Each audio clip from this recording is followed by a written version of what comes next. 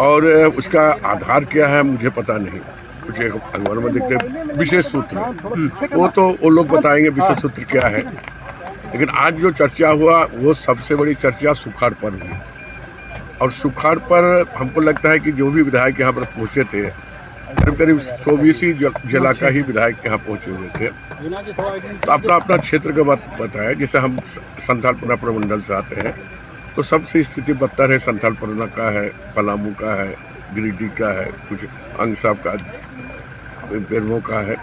इसी पर चर्चा हुआ है और उन्होंने माननीय मुख्यमंत्री ने कहा है कि हम स्पेशली एक नंबर दे देंगे, जो भी विधायक का अपने क्षेत्र में जो भी शिकायत हो, या कैजुअल्टी हो जाता है, कुछ एक्सीडेंट हो जाता है और कोई समस्या होता है, तो निश्चित तौर पर उस नंबर पर हमको संज्ञान में दे, विधायक संज्ञान में दे, तो रात में हम उसको देखकर उसका निष्पादन करने के काम हम करेंगे। और आज का जो मिलाजुला मीटिंग हुआ, इस तरह का मीटिंग बहुत दिनों के बाद एकदम अच्छा वातावरण में, और सारे लोग इंटैक्ट हैं। जो अफवाहें फैल रही है कि उसके लिए और इसके लिए, इसमें कोई आधार नहीं है। हमारे सारे विधायक जो है गठबंधन का इंटैक्ट है, और हम पहले भी बोलते हैं, आज भी बोलते हैं कि हमारी सरकार जो बनी है गठबंधन की सरकार, 3 करोड़ लोगों का आशीर्वाद मिला है। ये सरकार अपना कार्य चल आयोग का जो फैसला आने वाला है उस पर किसी तरह का नहीं, आज कोई चर्चा नहीं। किसी भी विधायक साहब पूछ लीजिए बैठक में। देखिए 3 विधायक तो आप जानते हैं जो कलकत्ता में है, एक विधायक जो दिल्ली से आ रहे थे, उसका फ्लाइट एक बार नहीं 3 बार रांची में लैंड नहीं कर पाया। एक जो है ममता जी, आप लोगों को जानकारी है कि उनको बचा हुआ है, और पूर्णिमा जी वो गए हैं बाहर। 3-4 विधायक पहले से हम इन्फॉर्मेशन दे दिया था। सिंकू का तबीयत खराब था, फिर भी वो आज भी वो पहुंचा है। तो हमारा विधायक मंत्री सारे लोग मौजूद थे, और कहीं इब्बट नहीं किसी का। आप मान लीजिए ममता का तबीयत ठीक नहीं है, उसका नहीं, वैसे तो होगा ही। वजह से अनावृष्टि के वजह से राज्य में उत्पन्न परिस्थिति पर गंभीर चर्चा हुई, और सरकार का ध्यान इस बात पर है कि इस अनावृष्टि से उत्पन्न परिस्थिति में सरकार की योजनाओं और सरकार के लाभ का फायदा अधिकाधिक जनता तक मिल सके, इस पर चिंतन हुआ। और निश्चित रूप से हमें लगता है कि हमारे लोकप्रिय मंत्री बादल पत्रलेख जी मुख्यमंत्री जी के नेतृत्व में एक बेहतर पैकेज लेकर लीडरशिप के लिए भी कुछ हुआ क्या, जो कयास लगाया जा रहा है सुदीप जी? इलेक्शन कमीशन के फैसले, निर्वाचन आयोग के फैसले, मुख्यमंत्री के विकल्प के तौर पे गाछे कटहल ओठे तेल की परिभाषा के क्या मायने? निशिकांत दुबे ने ट्वीट किया था कि गाछे कटहल ओठे तेल के कोई मायने नहीं। तो यही है ना सर, तो चलिए जो होगा देखा जाएगा। जब हेतु मजबूत में उत्तर नहीं देना उचित है।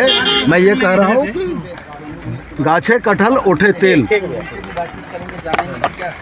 सुदीप जी, गठबंधन में जो हमारे विधायक साथी उनको क्या क्या समस्या है, सुखाड़ पर चर्चा हुई है, और स्वास्थ्य विभाग को लेके काफ़ी चर्चा हुई है कि सीएम साहब का जो आगे की सोच है कि सभी डिस्ट्रिक्ट को दुरुस्त किया जाए, तो उसी सब चीज़ों पे बातचीत थी। चुनाव आयोग के फैसले, जो आने वाला फैसला है, उस पर कोई चर्चा हुई है कि नहीं आलोक जी? देखिए ऐसा कोई चर्चा अंदर कुछ नहीं हुआ है, और मैं समझता नहीं हूँ कि ये जगह थी ऐसा चर्चा होने के लिए।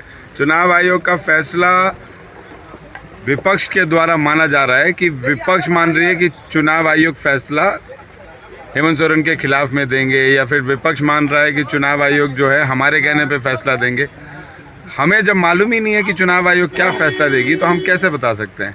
संभावना मान लीजिए कुछ नेगेटिव हो, देखिए हम बस इतना जानते हैं कि जब महाराष्ट्र में सरकार गिरती है, लेकिन इस बात को लेकर तो वो जब महाराष्ट्र में सरकार गिरती है तो बीजेपी मैंडेट की बात नहीं करती है, जनता के जो चुने हुए सरकार है उसकी बात नहीं करती है। जब बिहार में सरकार बदलती है तो बीजेपी वही बात करती है। और जिस तरीके से आज बीजेपी, मैंने दीपक प्रकाश जी का देख रहा था कि चुनाव आयोग का फैसला आएगा, ज़रूर आएगा, ये आएगा, तो एक तरीके से आप तो ईडी को पहले ही से फॉरकास्ट कर रहे हैं, आप तो चुनाव आयोग को फॉरकास्ट कर रहे हैं, और यही उन लोग करते हैं।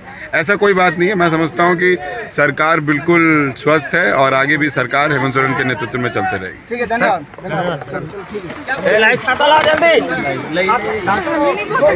पूरा फोन भींग रहा है मेरा।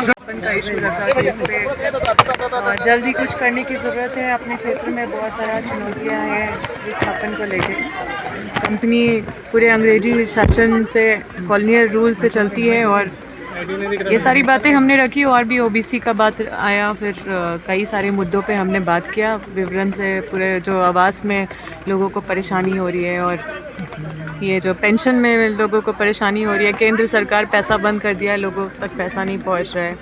केंद्र सरकार जो 3,000 करोड़ रुपए जो हर हमारे राज्य का रखा हुआ है और कई महीनों से पैसा नहीं दिया जा रहा है राज्य को। और भी कई सारी चिंतन बैठक था, उस पर बैठक हुई और ये तय हुआ कि हम लोग इस तरह से बैठक करते रहेंगे। और कोई भी कैबिनेट में जब भी मीटिंग होगी उससे पहले विधायकों के साथ एक बीसी होगी और वीडियो कॉन्फ्रेंसिंग से वो सारा चीज़ मतलब डिस्कस होगा विधायकों के साथ। तो एक बहुत अच्छा पहल है। उसके साथ एक नंबर जारी किया गया है जिसमें कि विधायक डायरेक्ट कॉल करके, और क्योंकि सीएम साहब कभी बिज़ी रहते हैं और फ़ोन नहीं उठा पाएंगे हर समय, तो इस वजह से उन्होंने विधायकों को एक नंबर बोला है कि हम आपको नंबर जारी कर देंगे, जिससे कि कभी भी कोई भी समस्या ऐसी होती है इमरजेंसी में तो आप उस नंबर पे कॉल करके, और वो डेली उसका उस सारे समस्याओं को हर शाम में चुनाव आयोग का जो खतरा है उस पे क्या बातचीत हुई है? उस पे कोई बातचीत नहीं हुई है। बस ये बातचीत हुई है कि जिस तरह से षड्यंत्र किया जा रहा है, जिस तरह से सरकार को हमेशा डिस्टर्ब किया जा रहा है, हमारी स्थिर सरकार को अस्थिर बनाने का माहौल हमेशा पैदा किया जा रहा है और ये कोशिश किया जा रहा है कि सरकार कोई भी काम नहीं करे, आम जनता को परेशान। झारखंड की आवाज YouTube न्यूज चैनल को सब्सक्राइब जरूर करें, लाइक, कमेंट और शेयर करना ना भूलें। जुड़े रहिए हमारे साथ, क्योंकि हम हैं आपकी आवाज।